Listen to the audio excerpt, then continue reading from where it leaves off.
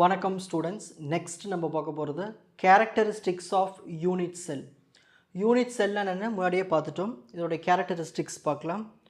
ஒரு யூனிட் செல்குள்ளே எத்தனை ஆட்டம்ஸ் இருக்குன்னு கண்டுபிடிக்கிறதுக்கு, கோஆர்டினேஷன் நம்பர்னா என்ன, நியரஸ்ட் நெய்பரிங் டிஸ்டன்ஸ் பக்கத்தில் இருக்கிற ஆட்டம்னுடைய டிஸ்டன்ஸ் என்ன, அட்டாமிக் ரேடியஸ் என்ன, பேக்கிங் ஃபேக்டர் என்ன, இது எல்லாமே கேரக்டரிஸ்டிக்ஸ். இந்த ஒவ்வொரு கேரக்டரிஸ்டிக்ஸ்க்குமே நம்ம டெரிவேஷன்ஸ் அப்போ யூஸ் பண்ணுவோம். So first one, number of atoms per unit cell. ஒரே ஒரு யூனிட் செல்குள்ளே எத்தனை ஆட்டம்ஸ் இருக்குது, அதை number of atoms per unit செல்லுன்னு சொல்லுவோம். இந்த ஆட்டம்ஸ் எல்லாமே பர்ஃபெக்டாக ஒரு பீரியாடிக்காக அரேஞ்ச் ஆகிருக்கும். Next coordination number. கோஆர்டினேஷன் நம்பர்னா என்னதுன்னா, இப்போ ஒரு ஆட்டம் இருக்குது, அதை சுற்றி எத்தனை ஆட்டம்ஸ் இருக்குது லிங்க் ஆகிருக்கு, அதை கோஆர்டினேஷன் நம்பர்னு சொல்லுவோம். இப்போ ஒரு ஆட்டமை சுற்றி 6 ஆட்டம்ஸ் சுற்றி இருக்குதுன்னா அப்போ கோஆர்டினேஷன் நம்பர் 6ன்னு அர்த்தம். இதான் meaning. It is the number of nearest atoms directly surrounding a particular atom in a crystal.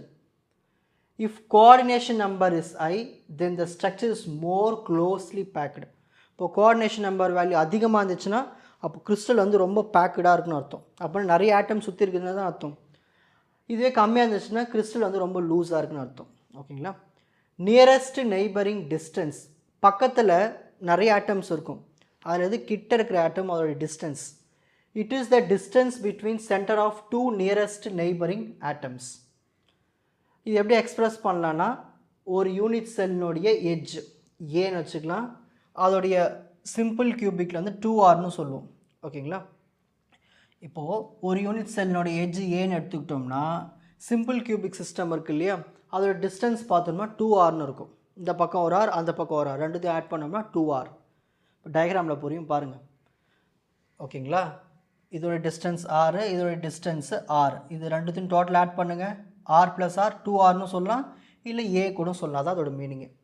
Next atomic radius. Atomic ரேடியஸ்னால் என்னது, ஒரு கிறிஸ்டலுக்குள்ளே இருக்கிற distance, half of the distance சொல்லுவோம். ரேடியஸ் தான், வேற ஒன்றும் இல்லை. It is half of the distance between 2 nearest neighbouring atoms in a crystal. இது நம்ம ஆர்னு டினோட் பண்ணுவோம். ஓகேங்களா. It is usually express in terms of cube edge a. இங்கே மேலே டயக்ராம் பார்த்தோம், அதே தான். இப்போ ஒரு கிறிஸ்டலுக்குள்ளே இந்த ரேடியஸ் இருக்குது இல்லையா, அதான் ஆர். ஓகேங்களா. அதுதான் நாங்கள் சொல்லியிருக்கோம். இப்போது ஒரு சிம்பிள் கியூபிக்கு அட்டாமிக் ரேடியஸ் என்னவாக இருக்கும், இங்கே பாருங்கள், இதுதான் சிம்பிள் கியூபிக். இந்த ஒன்று தான் சிம்பிள் கியூபிக். அப்போ இதோட ரேடியஸ் வேல்யூ என்னவாக இருக்கும், இங்கே இது மொத்தமாக ஏ, எனக்கு இந்த ஆர் வேல்யூ மட்டும்தான் வேணும். அப்போ ஏல பாதி தானே இங்கே இருக்கும் ஆருக்கு, அதான் r is equal to a/2ன்னு எழுதியிருக்காங்க. Next packing factor. இதுதான் முக்கியமானது. அதாவது ஒரு யூனிட் செல் இருக்குது, அதோடைய வால்யூம், அதில் total volume occupied by the atoms in unit cell. முதல்ல ஒரு யூனிட் செல்லுடைய வால்யூம் என்ன, இப்போ இவ்வளோ தான் இருக்குன்னு வச்சுக்கோங்களேன். இதுக்குள்ளே ஆட்டம்ஸ் இருக்கும் இல்லையா, அதனுடைய வால்யூம் என்ன, இது ரெண்டுத்தையும் நம்ம டிவைட் பண்ணோம்னா நம்மளுக்கு பேக்கிங் ஃபேக்டர் கிடச்சிரும்.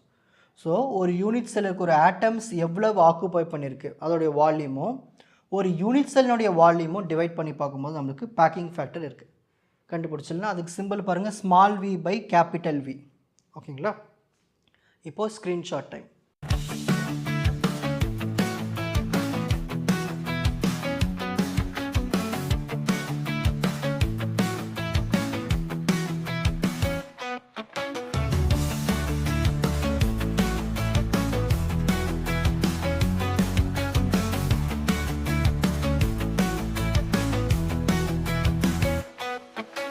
உங்களுக்கு இந்த கண்டென்ட் ஈஸியாக புரிஞ்சிருக்கும்னு நினைக்கிறேன். வாட்ச் அதர் எபிசோட்ஸ் இன் த appropriate playlist. Four G silver academy, strength, success, clarity.